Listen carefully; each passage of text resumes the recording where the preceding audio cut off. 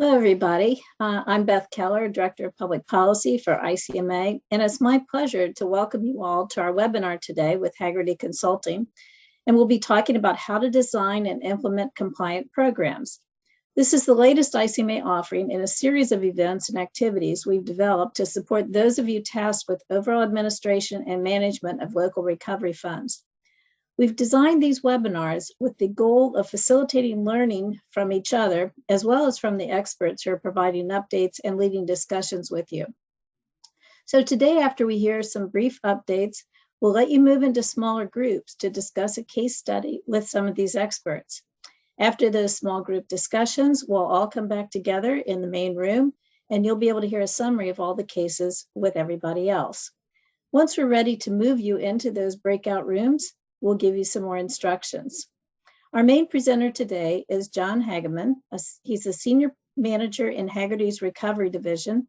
And prior to joining Hagerty, he was chief of staff for the City of Detroit's Office of Chief Financial Office, helping Detroit recover post-bankruptcy. He also has a background in management consulting with a focus in strategic project management, public sector finance and administration, and restructuring, all of which he employed working with the Financial Oversight and Management Board for Puerto Rico, as well as during his tenure with the City of Detroit. John is joined today by a team of experts, and 3 of his colleagues will be helping lead the breakout sessions I mentioned earlier. They've all been working actively in response and recovery initiatives for local and state governments across the country on everything from logistics, operations, planning, and finance functions required to implement ARPA programs, American Rescue Plan programs. So the 3 people I'm going to just briefly mention are Kristen Kerr, and she'll be leading the small business case study. Tom Leatherby will lead the child care service facility case study, and Julia Imbriaco will lead the water infrastructure case study. So with that, I will turn it over to you, John.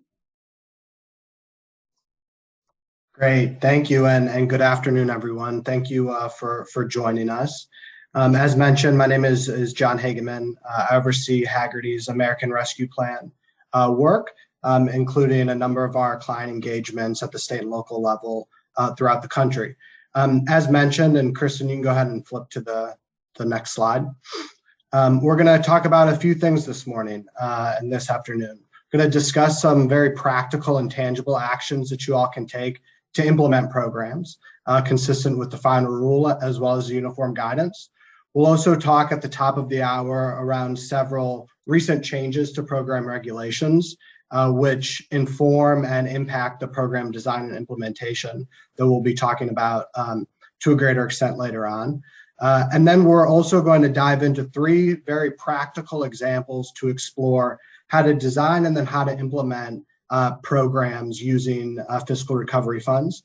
And within that, we'll highlight some of the key compliance requirements that influence program administration and management, and then also discuss reporting, as well as highlighting the importance of documented success telling your story. And before we go ahead and get going, if everyone could just please make sure to mute your lines. Thank you. Next slide, Kristen. Great. So before we get going, just a few updates. We recognize that folks, I'm sure at this point, are aware of a few of the final rule changes and how they may impact folks on the line. But we did just want to provide a few updates at the top of this, just to really frame some of what we'll be talking about later on with respect to program design and implementation.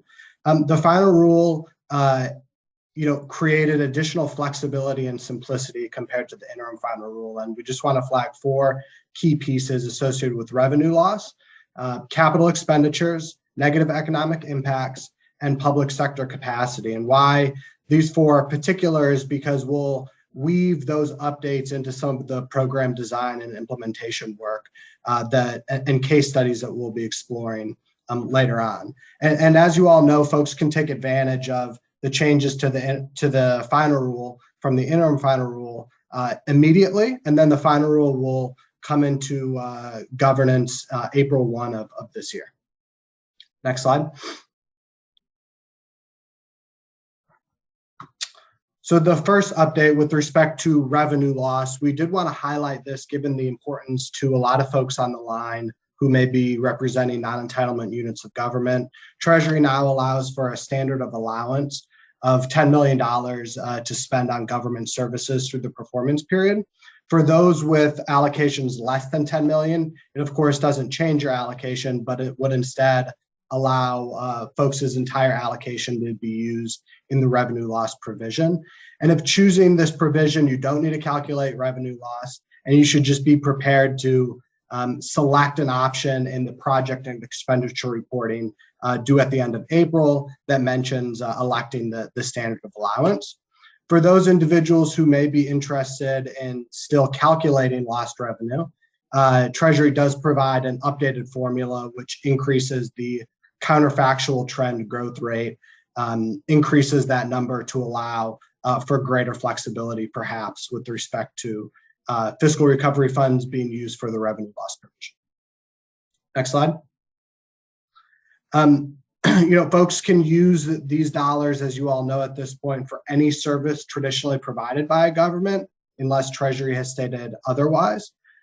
Recipients are only required to provide a written explanation of how revenue replacement funds were allocated to government services, and are not required to report at a detailed project and programmatic level in the upcoming reporting period. And we're all eagerly awaiting, which Treasury has mentioned that they plan to release an additional project and expenditure report user guide for NEUs in smaller municipalities. That has not come out yet, but we're certainly tracking that as well. Next slide. The next update I want to mention is with respect to capital expenditures, and this will be woven in the breakout session around construction a child care facility in particular. But it clarified that recipients can use funds for capital expenditures that respond to the public health or negative economic impacts of the pandemic, and then clarified that those expenditures must be reasonable and proportional to harm. And then it also introduces an additional written justification requirement for capital expenditures over $1 million. And then for those projects that are under $1 million, it does not provide that written justification requirement. And again, we'll kind of hit on this in the breakout session a bit more with respect to construction at child care facility. Next slide. The final update that I want to mention before we dive into program design and implementation in greater detail is towards the end of February, Treasury published and updated a more recent version of the compliance and reporting guidance document. It now reflects those changes that the final rule made to really ensure that recipients are able to report in a manner that's consistent with the final rule. A couple updates here is one, they've restructured the expenditure categories. And so recipients will have to make sure that to the extent decisions had been made around expenditures falling into certain expenditure categories, it'll be important to re-review those in light of the final rule update. And then the second update, and we'll talk a bit more about this when we get to the reporting component of program design and implementation, is Treasury now requires for certain entities to move from annual project and expenditure reporting to quarterly project and expenditure reporting. For those metropolitan cities and counties with a population below 250,000 that are allocated more than $10 million, you now fall into this bucket as opposed to the annual requirement, as well as NEUs that are allocated more than $10 million now shift from annual reporting to quarterly reporting. And as you can imagine, this is now another shift where Treasury began for everyone reporting quarterly and then moved to annual for a certain subset, and now has gone back to quarterly for a certain subset. And so this is just an example of kind of the reality that we're all existing in as Treasury continues to refine and implement its broader program with respect to the fiscal recovery funds. Next slide. Great. We'll go ahead and get started now talking a bit about program design and implementation, and then we'll dive into breakout sessions from there.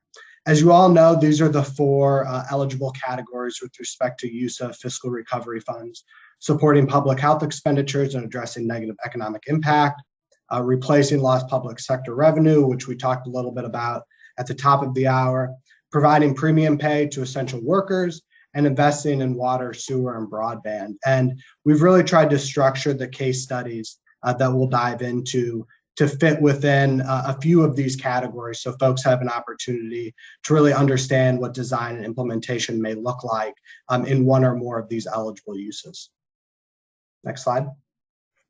So before we break out, I did just kind of want to start with the importance of, when it comes to design and implementing any type of program, at the cornerstone of that program is going to need to be a strong compliance framework with respect to the final rule as well as the uniform guidance. Now, while the final rule has additional flexibility built into it, the changes from the interim final rule to the final rule are not impacted by, and in no way speak to, no longer having to maintain compliance with the uniform guidance to CFR 200. So at the core of a good program being designed and implemented is the need to really understand what makes up the uniform guidance and how those aspects are applied to program design and implementation.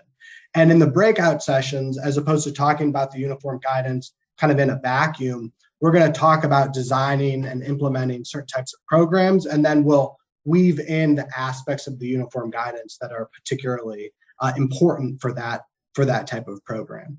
And so a few of the areas where folks may be thinking about and maybe trying to understand how to embed aspects in designing programs is around internal controls, procurement and contracting, risk analyses and subrecipient monitoring for funding that's moved outside of the government, programmatic and financial reporting, and of course, closeout and audit.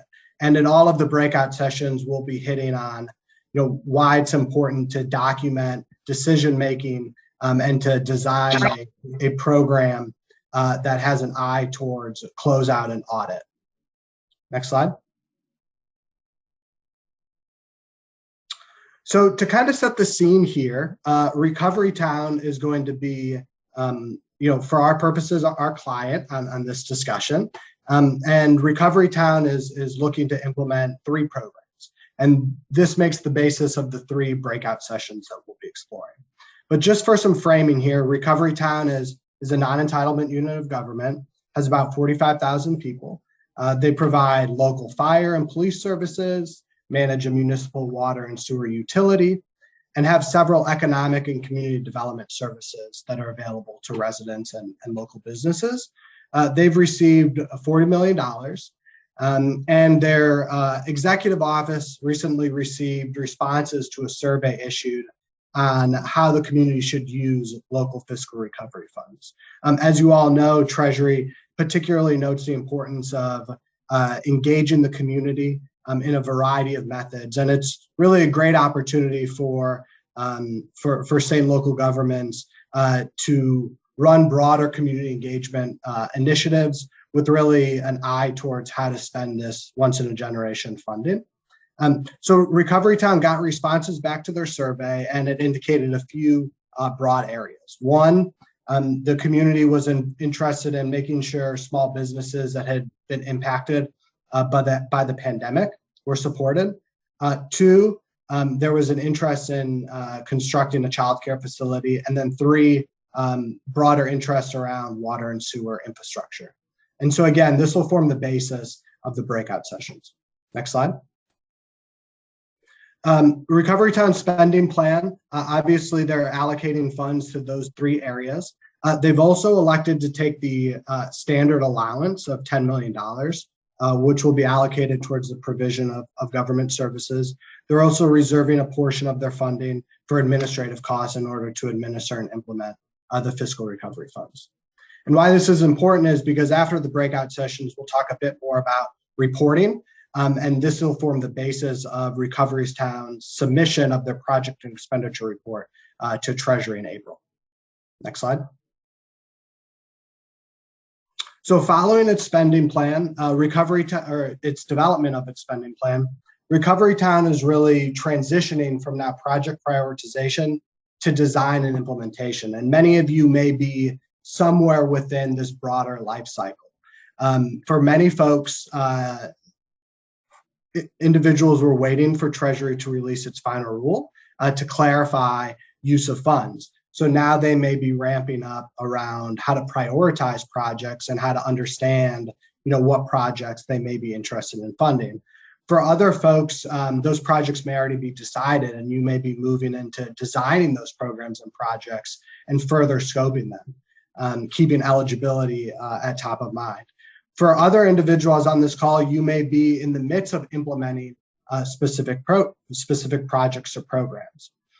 But in any part of that life cycle, what's important is that Recovery Town needs to approach their work, as I mentioned, with a strong compliance framework that allows you to carry out each aspect of those activities in a compliant manner with an eye towards the final rule and eligibility in particular, and then also the uniform guidance. Next slide. So let's go ahead and get into some breakout sessions. I'll just set the scene a bit more on the next slide, around the sessions. So session 1 will be on a small business assistance program. In this session, the focus will be on program implementation and considerations for distributing federal funds outside of the government. If you're in the midst of thinking about perhaps a nonprofit assistance program as opposed to a small business assistance program, this session and its framework is also very applicable to nonprofit assistance as well. So to the extent you may be thinking about programs where aid is leaving the government to either a subrecipient or a beneficiary, this may be a good session for you to attend. The second session will be a case study in terms of constructing a new childcare center. There'll be focus on the capital expenditure side of things, including developing a project, what a written justification looks like, and key compliance considerations.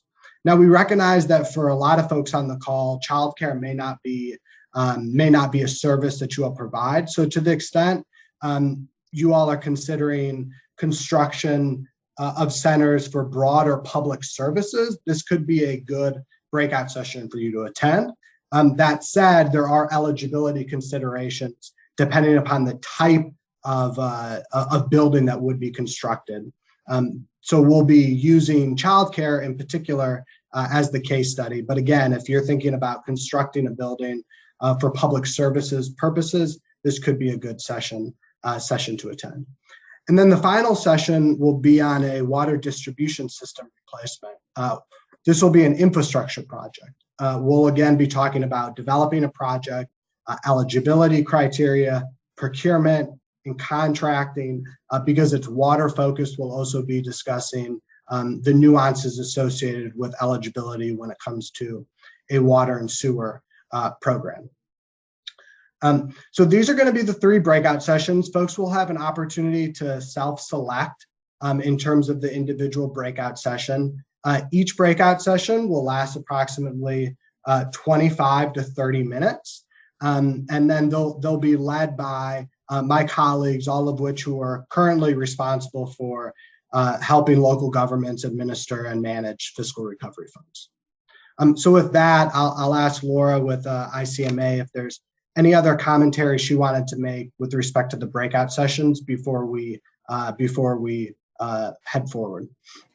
I think you covered it really well, John. I guess I would just say we've tested things out, but as everyone is accustomed to at this point, there may be some unexpected glitches here. So thanks in advance for your patience. But we tried to make this as flexible as possible, as John said, by clicking the breakout room icon, probably at the bottom of your screen, depending on how your Zoom is oriented. You can select which one you'd like to join. You will have the ability to move in, but you should have the ability to move in between sessions if you like. The audio from the sessions won't be recorded, but everyone will have access to the slides from each of the breakouts, and there will be a full kind of debrief at the close of this live webinar today. So I'll let you all go. There'll be a couple people hanging out in the main room to direct you if you need extra assistance. And we'll see you back here in about 25, 30 minutes. Great, thank you everyone, and welcome back to the main room. I enjoyed room hopping from session to session. It seemed as though there was some really good discussion and great questions from you all. As we regroup here, I just did want to give a summary of kind of the main content that was reviewed in each of the sessions. Kristen, you can go ahead and move to the next slide. And in doing so, we'll talk a bit about what the individual breakout rooms covered. And then I'll ask my colleagues who are responsible for facilitating the conversation and presentation in each of the individual recovery rooms to make a few additional comments and pose a few of the perhaps questions that people were most interested in, so everyone can kind of benefit from the focus that other individuals have.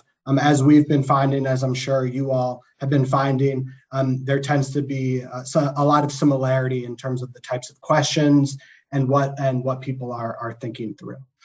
So we'll go ahead and start with the Small Business Assistance Program. As you all will remember, Recovery Town is implementing a small business assistance program to support its small businesses communities that were impacted by the pandemic. In this session, for folks who were unable to attend, we really looked at designing and implementing this type of program.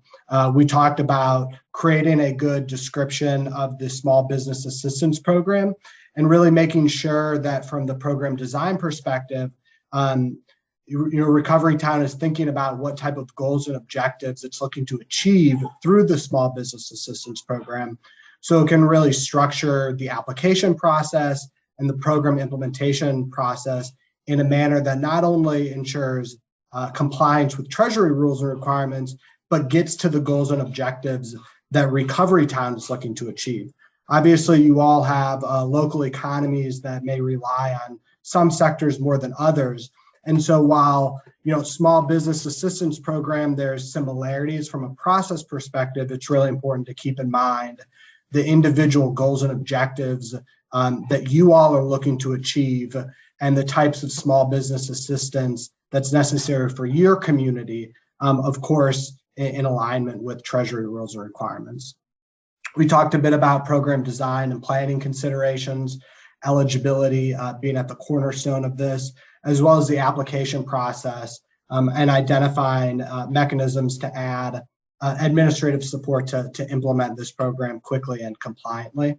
We talked about the steps of program implementation, marketing the program, helping small businesses apply to the program, really providing that level of technical assistance and perhaps training, which helps those who may not have the capacity or capability to go through the application process with equity kind of at the cornerstone of that.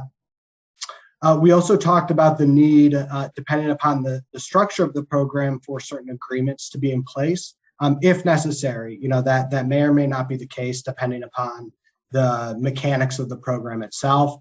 And then we, of course, went into a bit around award notifications and the need to notify entities of receiving that small business assistance and what that should look like based upon whether it be requirements or best practices from our perspective. And then we also talked a bit about oversight and program closeout. Kristen, I'll let you jump in here to see if there's anything else in particular that you wanted to add from this program. Thanks, John. I will say, unfortunately, we did not get to some of the ongoing oversight and program closeout. So I did ensure everyone that they'll receive the deck following this call itself, just to kind of go over some of the oversight and program closeout. But I think, really to the extent that a lot of our discussion was around as of what is some of the criteria that needs to be established up front, and also when is a grant agreement needed or not needed, in particular, really looking at the difference between a subrecipient and a beneficiary and some of the requirements associated with each. And so I think those were some of the primary questions that came up in our call and discussion. And of course, we'll provide the slides for some of the ongoing oversight and program closeout recommendations. Great, thanks, Kristen. And I know a key part of kind of that oversight and closeout process, and we'll talk a bit about this after the summary of the breakout sessions, is with respect to reporting and making sure that you're communicating U.S. Treasury reporting requirements to the small business grantees, we'll get into why that's important for your all's reporting requirements. And then also structuring the program, it being reimbursement basis or not reimbursement basis. So as Kristen said, those are some of the other aspects that that you all have a sense to get information on when we distribute the slides. You can go to the next slide, Kristen. The other breakout session that we went into was constructing a new childcare center. And this childcare center is anticipated to provide a variety or have a variety of services embedded in it, which I think is a great example of really utilizing SLFRF funds for multiple purposes and taking full advantage of something that Recovery Town needed for a long period of time, but now has the resources to do. Again, this can be representative of a broader public service building, but there are some nuances and specificities depending upon the type of services that are going to be provided and the type of services that are associated with that capital expenditure. So for our new childcare center, we talked about being sure to provide, again, a good description of the capital expenditure. I heard a good discussion in one of our other groups around documentation. And, the rules and requirements of this type of program, SLFRF, are changing. And I think what's really important, and given that constant change, the need to document decision-making and tie your decisions to rules and requirements at the time is going to be very important, and will support audit and closeout later as well. We talked a bit about the steps in the project development process, and we also talked about the opportunity associated with scoping through this type of process to understand what alternative funding sources may be available and how you might get to braiding multiple funding sources to support, in this case, a childcare center, which part of the funding is from SLFRF, and then there are other aspects of the funding from other sources as well. We went into a bit more detail around the written justification that the final rule requires, given the size of this capital expenditure. And then we highlighted those considerations that are really key to ensuring a robust compliance infrastructure, no pun intended there, associated with the use of SLFRF capital expenditures. At this time, Tom, I'll ask you if there's anything in particular that you wanted to highlight from this session. Thanks, John. We really spent a lot of time walking through the project development process, sort of as if Recovery Town had come to our team and we wanted to raise all of the different thoughts that they should make sure that they're considering. And the reason we did that was this could be a child care center, it could be a homeless shelter, it could be an expansion to a wing on a hospital, could be any sort of capital project that responds to a negative economic impact or a public health impact. That's how the final rule set up capital expenditures. And we highlighted that these are new. This is just now coming in the final rule. It was responsive to a lot of the way that the SLFRF program rolled out initially, and the capital expenditure specific rules were filling an important need that Treasury felt existed. That's where the requirement for proportionality came, and that's what underlies the bulk of the written justification requirement. We did talk quite a bit about whether entities that have revenue loss for their entire allocation, because their revenue loss allocation or their allocation is less than $10 million, even needed to go through these steps. And that's a very interesting point that shouldn't be lost. For non-entitlement units or other units of government that are receiving less than a $10 million total allocation, it is very possible that many regulatory burdens have been lifted because all of that money can be programmed as revenue loss. That having been said, the written justification requirement is new in the final rule and hasn't been expanded on in any sort of supplemental documentation or guidance like an FAQ. So we encourage using the most restrictive eligibility that's possible, especially given the need to preserve revenue loss funds for those who have allocations over $10 million. After all, revenue funds are the most flexible federal funding an entity will probably ever see. Thanks, Tom.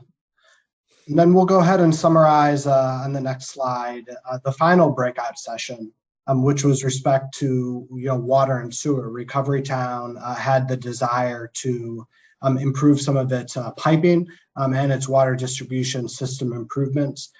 This breakout session, similar to the capital expenditure side, there were some similarities and crossover there. So if you attended one or the other, your focus and kind of understanding around procurement, written justification, documentation, creating a good project description, and the steps to developing a project, there's a lot of similarity associated with those two. And of course, there are some nuances as well. We talked in this session around the final rules eligibility requirements for infrastructure projects and water and sewer infrastructure in particular. Of course, needing to meet certain criteria, such as the Drinking Water State Revolving Fund is different in this scenario versus constructing the child care center, of course. So we talked a bit about some of the nuances associated with that, as well as the cost effectiveness or the project and cost effectiveness of that project. We also talked a bit about best practices related to procurement and contracting a bit more, and the need to adhere to your own local procurement requirements, as well as any state requirements that may be applicable to you. And then, of course, noting the federal requirements. In many cases, your local procurement laws will already take into account federal requirements for federal funds you may have received in the past. So to the extent you are a first-time recipient of federal funds, or you're now receiving federal funds in excess of a lot of what you've received before, perhaps revisiting some of those procurement rules and regulations could be important, just to ensure one more time that they do in fact adhere to federal requirements with respect to the uniform guidance, but then that they also take into any nuances or considerations that came out with the final rule. At this time, I'll ask Julia if there's any other commentary or insights you wanted to provide on this breakout session in particular. Thanks, John. The questions that came from the session were really interesting, and I hope everybody enjoyed the conversation as much as Monica and I did. We talked a lot about, or there seemed to be a lot of questions that were specific to the types of stormwater infrastructure projects that are being considered for SLFRF funds. So we did sort of go back and forth play by play with each participant to discuss some eligibility considerations. And we also talked a little bit about more in detail about when it is appropriate to follow procurement guidelines. And I'll say this for the group because I think it's an important takeaway to make sure that we all keep in mind is that Treasury is pretty explicit about the fact that local procurement policy should be followed for the use of SLFRF funds, irregardless of if there was like a local caveat to that requirement for infrastructure. So we encourage everyone to make sure that the use of CSLFRF funds does at least at minimum comply with the uniform administrative requirements. That I think was something I wanted to bring back to the group. My final point is just to second something that Tom shared as a takeaway from the Child Care Center breakout session, that is, when comparing local requirements versus state or the federal requirements for compliance, it is advisable to go with the most strict set of requirements among those.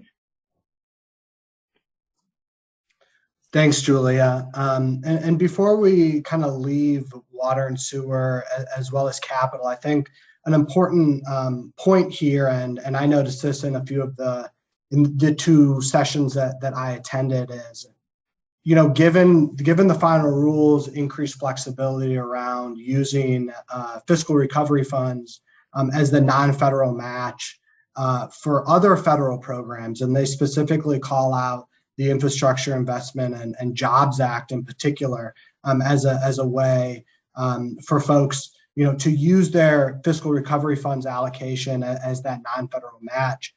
With respect to infrastructure in particular, I think it's pertinent here to briefly just discuss what that means operationally, and how, for example, if you're considering constructing a public service facility or looking at water and sewer or stormwater management in particular, how you may take advantage of that final rules flexibility. And Tom, I'll ask you here to talk a bit just very briefly around kind of what this means and what it looks like operationally, and how folks here on the call could consider leveraging these dollars for additional federal funding. Yeah, absolutely. So we talked about how state and local fiscal recovery funds are very flexible funding, and they're even more flexible when you consider the revenue loss funds and how they can be used as non-federal match. And looking at all of the funding that's about to become available through the Bipartisan Infrastructure Law or Infrastructure Investment and Jobs Act or Infrastructure Bill, however you wish to term it, there are tremendous opportunities for this sort of infrastructure. The SLFRF program teed up water, sewer, and broadband with a little bit of ability to use for stormwater. The final rule expanded some of the stormwater eligibility a little bit further.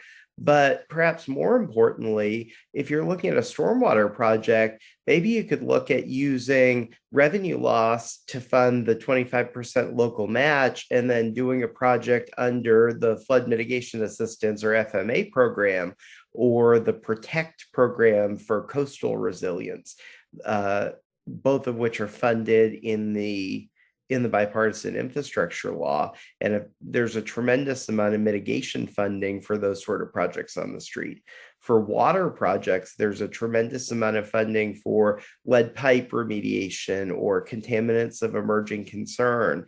There's huge amounts of funding for state revolving funds and both low interest loans and forgivable loans to address water treatment issues. So I think that the important takeaway is that the FRF funds are the most flexible source that a community will have, and they can be the key to scoping infrastructure projects, and they can also be the key toward layering these sort of federal funds to create an overall federal funds management program that can really help the community to maximize the utility of all of this different federal money.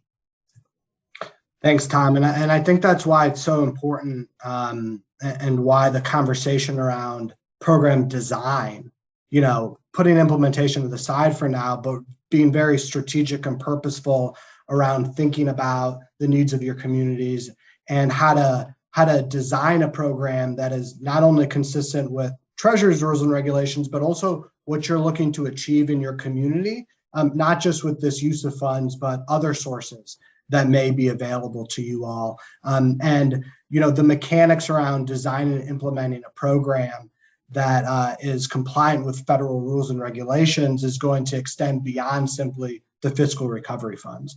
And so we recognize that there's a lot of elements within program design and implementation that can be transferable to other federal funds you all may be dealing with and managing, and other opportunities that may be coming as well. Kristen, you can go ahead and go to the next slide. Before we open it up to a broader questions and answers, I did just kind of want to finish out our projects, if you would. We all went through designing and implementing, 3 particular projects, and Recovery Town is now in the midst of implementation. After designing these programs, thinking through how to stand them up, how to do it in a way that is consistent with the final rule, the uniform guidance, and also in a manner that achieves their own local priorities and needs. Now they're going to have to report to Treasury because Recovery Town is an NEU that received over $10 million. They're going to be reporting on a quarterly basis. While we're awaiting Treasury's project and expenditure report, the user guide, we can take some cues from the compliance and reporting guidance, as well as the project and expenditure user guide that was put out for non-entitlement units of government previously. And both those links will be provided to you all as well. Treasury is going to be looking at How are funds being spent? There's a focus of course, expenditure, so they'll be looking at how dollars are spent. What that means for you all is, ensuring that you have the mechanism set up to track spending throughout the life cycle of implementation. They're going to be looking at project budgets and of course comparing spend to that budget information. This is a great opportunity for not only just to report things compliantly, but for also you all to measure progress. Is your project where you expected it to be at any given point in time? Making sure that you've set up reporting mechanisms, not just for Treasury, but to keep your own local elected or senior leadership in the loop and updated on progress to ensure that spending is being done consistent with the original plan, but also the impact that you're looking to have on the community is happening in a timely manner and is consistent with original plans. There's also a great focus from a programmatic perspective around performance indicators and metrics. What are these projects looking to achieve? What are the outcomes and outputs? How do we know programmatically that the project has the impact that it's intended to do?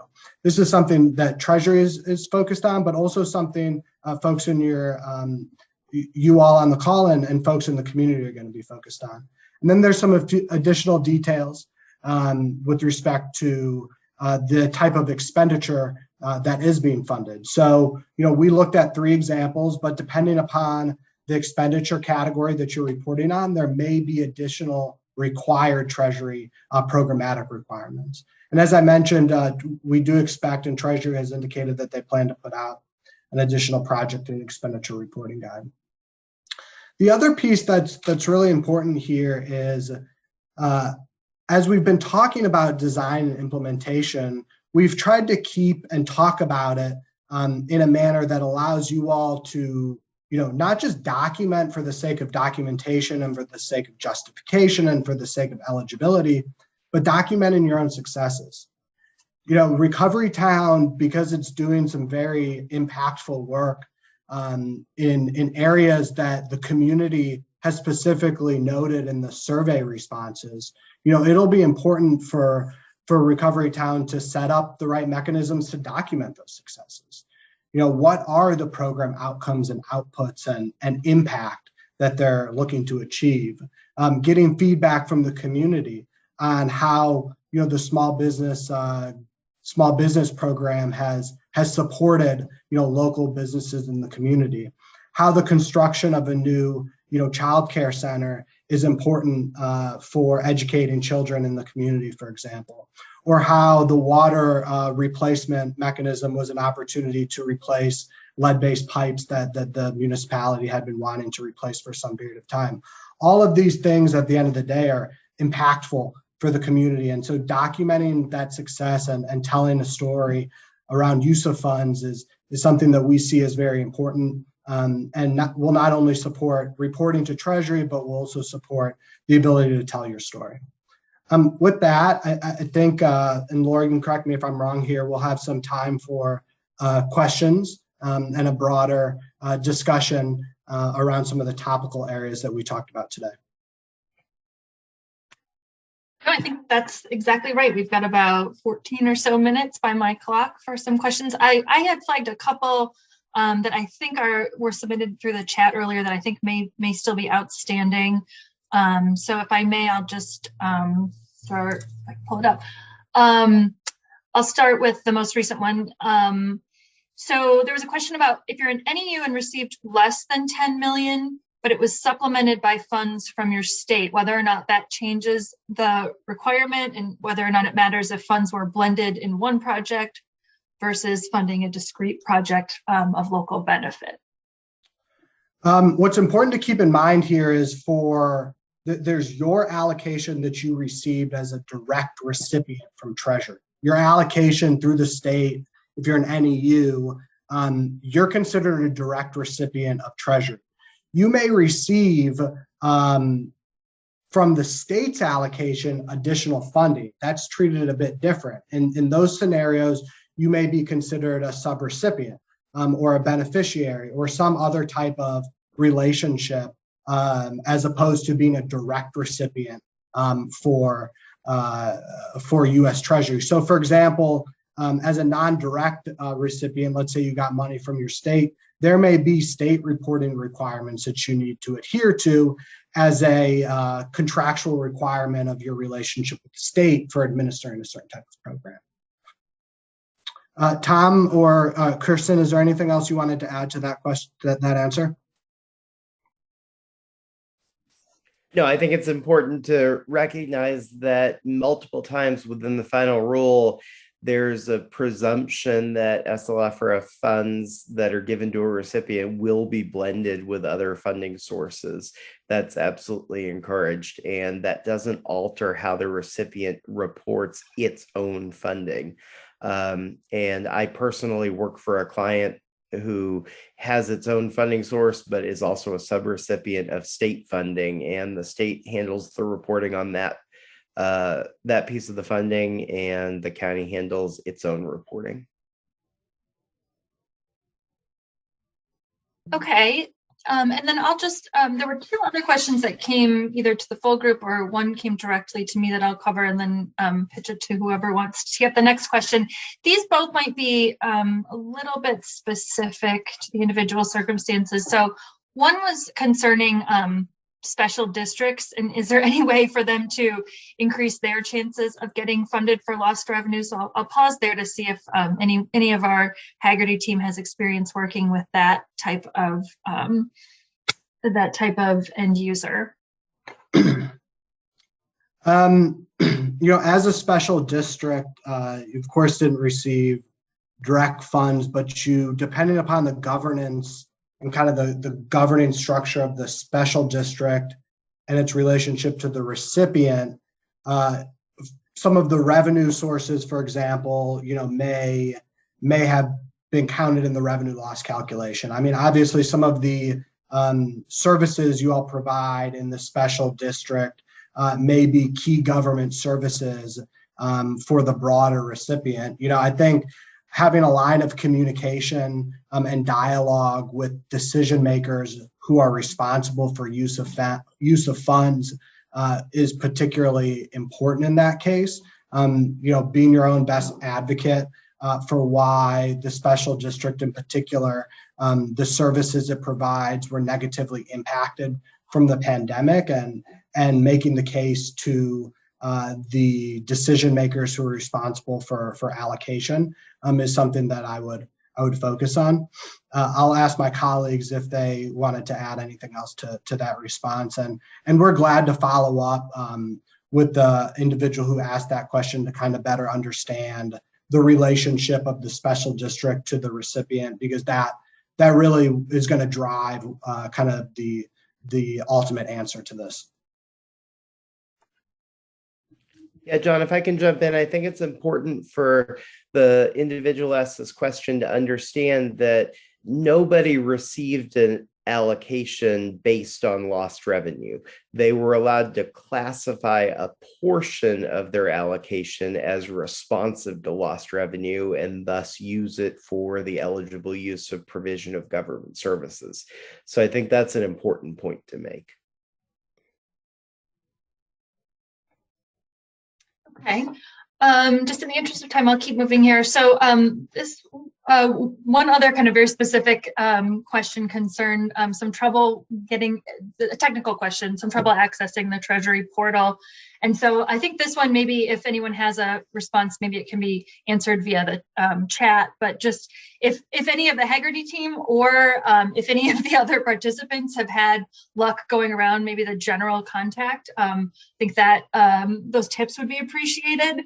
And then otherwise, I did see the one question from Linda, and I think some shared interest about getting into the details of NEU reporting that received under 10 million. I will say that we are planning a follow-up session that takes a deeper dive on that. So if we don't get through any specific questions in the remaining 8 minutes, just know that that's in the works. And then I think Lindsay wanted to highlight a question from her breakout session. So Lindsay, I'll let you unmute. Yeah, and Tom did a really good job of answering it in our breakout session, so I thought it might be good to bring up to the entire group. But a question we received was, does the money need to be spent within our city limits, or could we partner with a county to do a project within regional impacts? And I think if you wanted to address that again, Tom, it might be good for the whole group. Yeah, sure. There are no specific geographic limitations in the CLFRF guidance. The recipient has very broad latitude to spend the money where the money will do the most good based on any number of factors, as long as it's an eligible project. Obviously, there is direction to try to focus the money on disadvantaged communities and qualified census tracts, but if partnering with the county and spending the money partially inside or partially outside, or on a facility that's outside of the city limits but will serve city residents, is in the best interest of the city, that's certainly acceptable from a compliance standpoint. And then just to take the question around NEUs in particular, we recognize that for NEUs who received less than $10 million, there's the annual reporting requirement for project and expenditure report. Treasury has not yet released the user guide associated with that reporting. That's something that we're monitoring. We do, on behalf of the state, work with their NEUs from a technical assistance perspective. I'll ask Emiliano if there's any useful information that has come out of those discussions that could glean a bit more around the exact reporting requirements.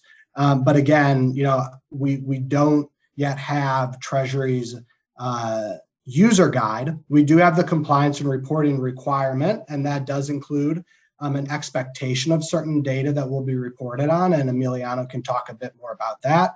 Why I noted the user guide is, we have experience with Treasury changing, enhancing, or modifying reporting requirements through the user guide. And we've had to, we've seen some of our clients have to recollect new information or collect new information or collect it in a new way because of changes Treasury has made through that user guide, as opposed to the compliance and reporting guidance. So that's why I did just want to note that user guide's not yet out yet. But Emiliano, do you want to talk a bit about the reporting requirements in particular? Yes, thank you, John. And I will just say that right now for the NEUs with under $10 million, I think the focus has been on whether you are selecting the full standard allowance or not. If you do, obviously it is very beneficial because of the streamlined reporting requirements. So specifically, and again, not forgetting John's comment that new guidance can always change the requirements in a way that is hard to predict. But the way that it stands now is you would just need to submit that written justification. And, we're hoping that new guidance provides more specifics on how detailed you should be in that written justification of explaining your provision of eligible government services. But, it's possible that you could put all of your expenditures under that one expenditure category, 6.1, I believe it is, and have written justifications to update once a year if you are submitting an annual report. I think that's really the bulk of where we're at right now.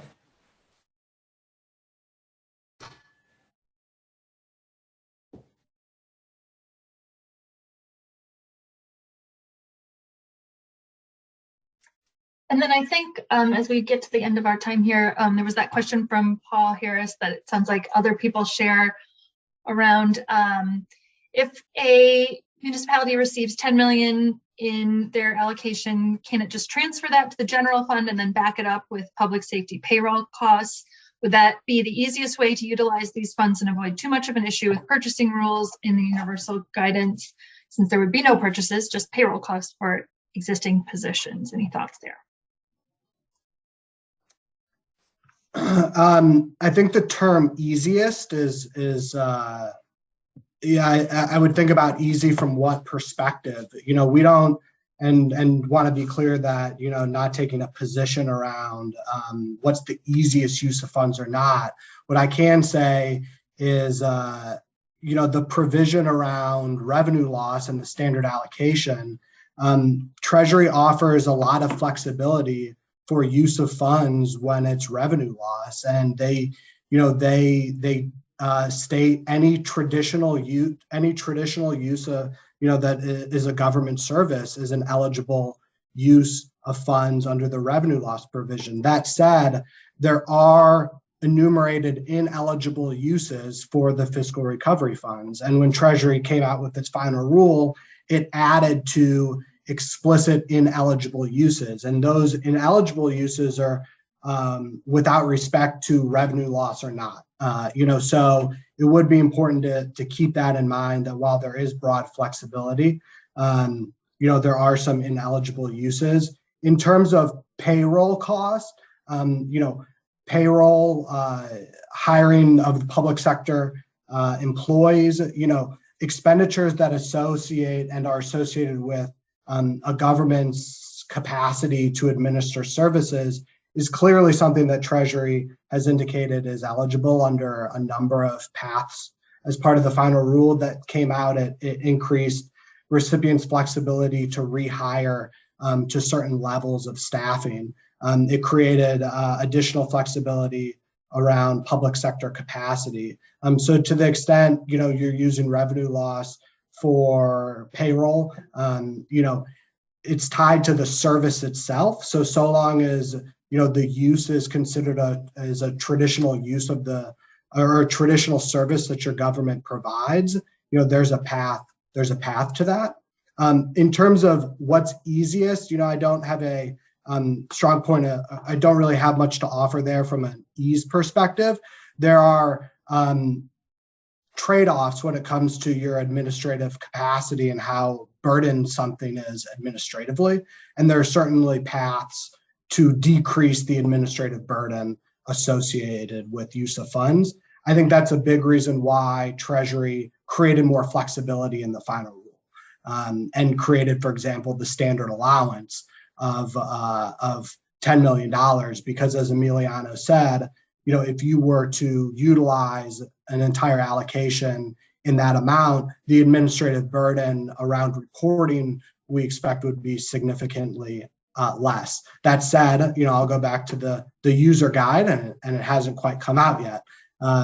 So that's probably the best I can offer to you, Paul, at this time. And if there's a particular project that you're trying to get to, we would be glad to have a follow-up conversation or getting a written answer to you on that one.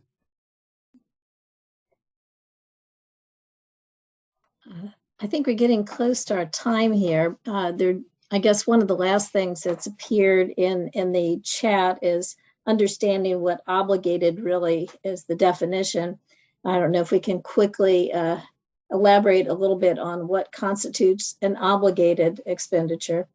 But if you can, go forward. And if you can't do it quickly, you might want to think about it and put something into chat. I'll just give you a second, John, to see if you want to do something in chat or later. Thanks. I'll see how quick my colleagues were to perhaps know the definition from heart. And if not, we'll throw it in the chat. Okay. I actually just put into the chat that the compliance and reporting guidance has a significant discussion of the definition of obligated. And then there's a follow-up to that in the final rule itself. It's several paragraphs worth of discussion. And Perfect. That definition becomes very tricky when you get to that 2024 deadline. So I would encourage everyone to review it. So thank you for the reference. I think, again, it's a good reminder how much information is available on that Treasury site if you just take the time to kind of become familiar with it, maybe bookmark it. We will follow up with a slide deck and a recording link for everybody by email. And it'll also be posted on icma.org/ARPA. And just to let you know, we're continuing to work on additional sessions. I think Laura mentioned one that's coming up before too long that'll do a little bit more focus on compliance issues for smaller communities.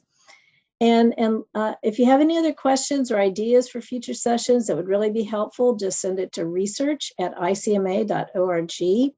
And finally, I thought it was interesting, maybe it was you, Tom, that was making the point about how there's so much flexibility in the ARPA money that's going to help you leverage the federal grants that are coming out with the Infrastructure Investment and Jobs Act and other grant programs.